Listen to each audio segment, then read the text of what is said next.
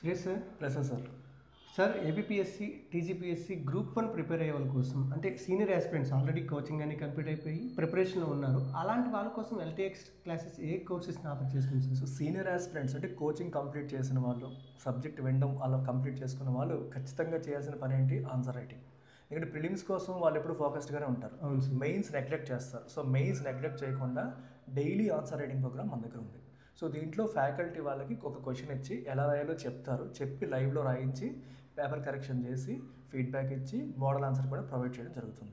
ఇది 365 డేస్ జరుగుతూనే ఉంటుంది. సో మన ఎల్టీఎక్స్ స్పెషాలిటీ ఏంటి? Life time validity.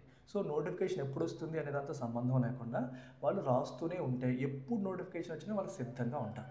ఇందులో అన్ని సబ్జెక్ట్స్ కవర్ అవుతాయి, అన్ని టాపిక్స్ కూడా కవర్ అవుతాయి. సార్ ఇప్పుడు రీసెంట్గా లాంచ్ చేసిన తెలుగు మీడియం కూడా ఇదే కోర్స్ అందుబాటులో 100% తెలుగు మీడియంకి, ఇంగ్లీష్ మీడియంకి, తెలంగాణకి, ఏపీకి రెండింటికి కూడా వారి వారి సిలబస్ ప్రకారం కవర్ అవుతాయి.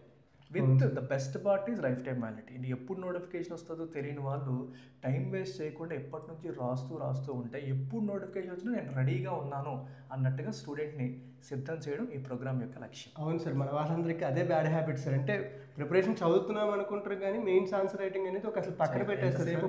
ప్రిలిమ్స్ అయితే తర్వాత చేద్దాం అన్నట్టుగా ఆ 2 monthsలోనే చేయాలంటే చాలా కష్టం. అందుకే గ్రూప్ 1 ఆస్పిరెంట్స్ నష్టపోతున్నారు. యూపీఎస్సీ ఆస్పిరెంట్స్ వీళ్ళని బీట్ చేయాలి. అడ్వాంటేజ్ అవుతుంది సార్ ఇక్కడ. సో ఓన్లీ గ్రూప్ 1 కూర్చునే వాళ్ళు కూడా యూపీఎస్సీ ఆస్పిరెంట్స్ని బీట్ చేయాలి అంటే డైలీ ఆన్సర్ రైటింగ్ ఖచ్చితంగా చేయాలి. అటు తెలుగు మీడియం, ఇటు ఇంగ్లీష్ మీడియం రెండింటిలో కూడా మనం ప్రొవైడ్ చేస్తున్నాం. ఎక్స్పర్ట్ ఫ్యాకల్టీతో ఎలా రాయాలో లైవ్ సెషన్స్లో చెప్పిస్తాం. తెలుగు మీడియంకి, ఇంగ్లీష్ మీడియంకి వేరువేరుగా అవుతుంటాయి సార్? వేరువేరుగా.